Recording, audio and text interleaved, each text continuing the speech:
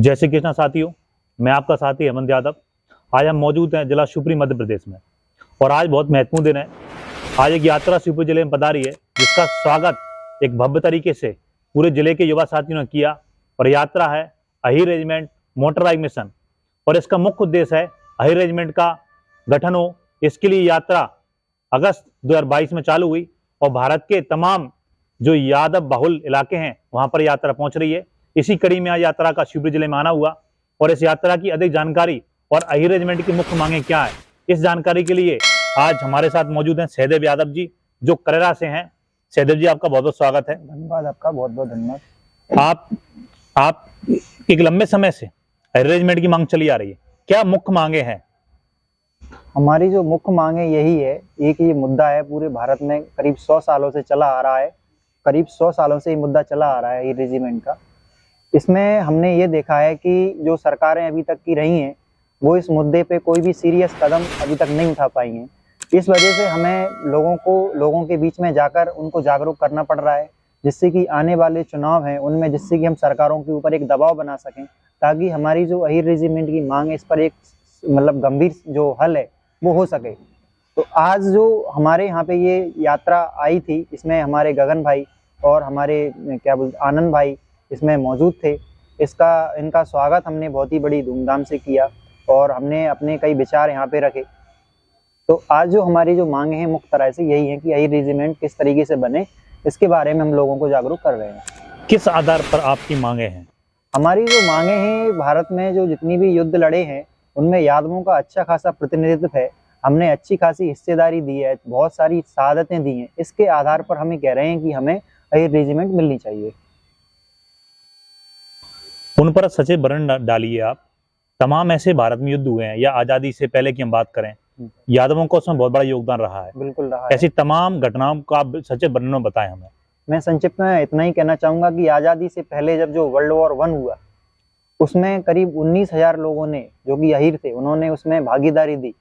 और द्वितीय विश्व युद्ध जो कि 1939 से लेकर के 45 तक चला, 1945 तक, उसमें 38,000 के करीब जो यादव थे वो शामिल हुए। और इससे पहले अगर जो हमारा क्या हुआ, फ्रीडम फाइटर्स जो थे, 1857 की पहली क्रांति थी, प्रथम स्वतंत्रता संग्राम, उसमें भी 5,000 जो शहीद थे वो अहीर थे। नसीबपुर नारनौल में राव तुलाराम जी के नेतृत्व में जो यादवों ने वहाँ पे बलिदान दिया, जिसको बैटल ऑफ नसीबपुर कहा जाता है। तो उसमें आज़ादी से पहले का तो हमारा इतिहास है।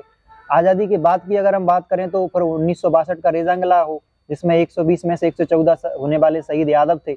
इसके बाद में 1965 हो, जो 1965 भारत पाकिस्तान का युद्ध। इसके अलावा 1967 नाथूला का युद्ध हो, उसमें ब्रिगेडियर राय सिंह यादव, लक्ष्मी चंद यादव हवलदार, उनको वीर चक्र मिला, और जो ब्रिगेडियर राय सिंह यादव जी थे उनको महावीर चक्र मिला। इसके अलावा हम 1971 में चले जाते हैं तो BP 638 का जो मोर्चा है, जिसपे करीब हमने 51 पाकिस्तानी सैनिकों को मारा था, और आज भी उसकी जो प्रतिमा है, उसका जो BOP का पिलर है वो कहाँ पे लगा है? राजस्थान में लगा है। आप जैसलमेर सेक्टर में जाएंगे तो आप देखेंगे।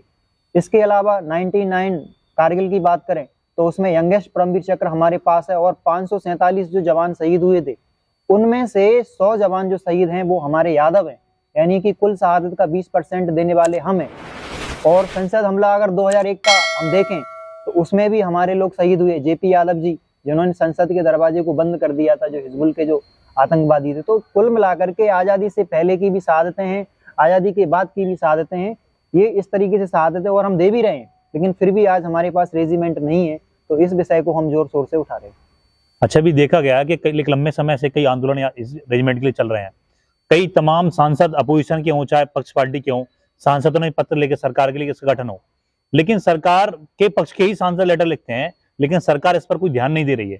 तो आगे आपकी क्या रणनीति है इसके लिए कि आप सरकार का बहिष्कार करें या फिर लोगों को किस प्रकार आप जागरूक करोगे? रणनीति हमारी मुख्य रूप से तो यही है कि जो भी हमारे सांसद विधायक चुन करके जाते हैं, इनसे हमारी अपेक्षाएं होती हैं कि ये जब हमसे वोट लेते हैं तो हमारी मांगों को सदन में रखेंगे, लेकिन ये वहाँ पहुँच करके ये इन चीज़ों को भूल जाते हैं। तो आने वाले समय में हमने निष्कर्ष निकाला है, या फिर इसके बारे में बात भी करेंगे और लोगों से, कि हम एक बिल पास करना है। हमें देखना चाहते हैं कि कितने लोग हमारे इस बिल के समर्थन में हैं, कितने लोग हमारे खिलाफ हैं। तो इससे एक हल ये हो जाएगा कि हमें ये पता चल जाएगा कि किस दल के लोग हमारे समर्थन में हैं, किस दल के लोग हमारे खिलाफ हैं। तो एक तो ये है। दूसरा ये है कि आजकल जो रेजिमेंट का जो विषय है ये मुख्य रूप से सरकारों के ऊपर है, तो मुख्य रूप से हमको सरकारों के ऊपर ही जोर देना है, फिर चाहे वो अभी जो पक्ष की सरकार हो विपक्ष की हो। तो ये मुद्दा क्या है कि हमको सिर्फ सरकार को लेके चलना है, सरकार को अपनी बातें बताना है। आप इस वीडियो के माध्यम से आज सभी समाज को क्या संदेश देना चाहेंगे? इस वीडियो के माध्यम से मैं सभी समाज को, पूरे भारत के आदमों को एक संदेश देना चाहता हूं कि ये वो वक्त है जब हमें अपने नाम, नमक, निशान, कौमी जो हमारी परंपरा रही है, क्योंकि हमारा मिलिट्री ट्रेडिशन आज का नहीं है, नारायणी सेना आदि काल से, पौराणिक काल से रहा है। उस परंपरा को कायम रखने के लिए भारतीय सेना में अहिर रेजिमेंट का गठन होना बहुत जरूरी है, क्योंकि अगर अहिर रेजिमेंट का गठन नहीं होगी तो हमारी जो सामाजिक परंपरा है वो कहीं ना कहीं जमीनी स्तर पे दम तोड़ रही है। और दूसरा चीज ये है कि जब तक अहिर रेजिमेंट नहीं बन जाती तब तक हमें एक नई पहचान भारतीय सेना में नहीं मिल सकती, क्योंकि हम इंडिपेंडेंस डे के दिन, रिपब्लिक डे के दिन हम देखते हैं कि हमारा जब जैसे कि जो रिपब्लिक डे पे परेड होती है उसमें हमारी टुकड़ियां नहीं होती हैं, तो हमें दर्द होता है कि हमने इस देश को बहुत सारी शहादतें दी हैं, फिर भी आज हमारी टुकड़ी इस परेड में शामिल नहीं है। तो हमें चाहेंगे कि ये दिन बहुत जल्दी हो। अगर कौमी एकता एक अच्छी तरह से अपना प्रदर्शन करती है और एक होकर के आवाज देती है कि यही रेजिमेंट हमारा हक है, इससे हमें मिलना ही चाहिए, इससे ज्यादा हमें कुछ भी नहीं चाहिए और इससे कम भी हमें कुछ नहीं चाहिए, तो निश्चित रूप से हम अपनी मांगों को मनवाने में सफल होंगे और एक दिन हम इस कंधे पे नाम अहिर पाएंगे। हमारे साथ मौजूद है सहदेव यादव जी। जिस प्रकार सहदेव जी यादव जी ने जानकारी दी उसमें 3 चीजें सबसे महत्वपूर्ण निकल कर आई कि कोई भी जो सेना होती है वो 3 चीजों के लिए बहुत महत्वपूर्ण होती है उनके लिए। एक होता है नाम, नमक और निशान। अगर यादवों की बात की जाए, हीरों की बात की जाए, तो इस देश के अंदर निशान की बात की जाए तो आजादी से पहले की लड़ाइयां हो या आजादी के बाद की लड़ाइयां हो, निशान छोड़ने में अहिर कहीं भी पीछे नहीं रहे। चाहे वो रेजांगला की लड़ाई हो, चाहे वो आपका 71 का युद्ध हो, चाहे वो कारगिल की लड़ाई हो, वो तमाम ऐसी आंतरिक लड़ाइयां हो जिनमें वीर अहिरों ने अपने प्राणों की आहुति देते हुए अपने निशान छोड़ने का काम किया है। दूसरी हम बात करेंगे नमक की, तो नमक अदा करने में अहिरों का कोई तोड़ नहीं रहा है। बराबर जब भी उनको मौका मिला है उन्होंने अपने नमक का खर्च अदा किया है। अगर बात की जाए सबसे बड़ी जो दिक्कत है अहिर समाज की, उनके पास नाम नहीं है। लड़ाइयां कई लड़ी लेकिन नाम किसी और का होता है। तो इस यात्रा का जो मुख्य विषय है वो नाम है, क्योंकि सेना में सबसे महत्वपूर्ण चीज होती है नाम।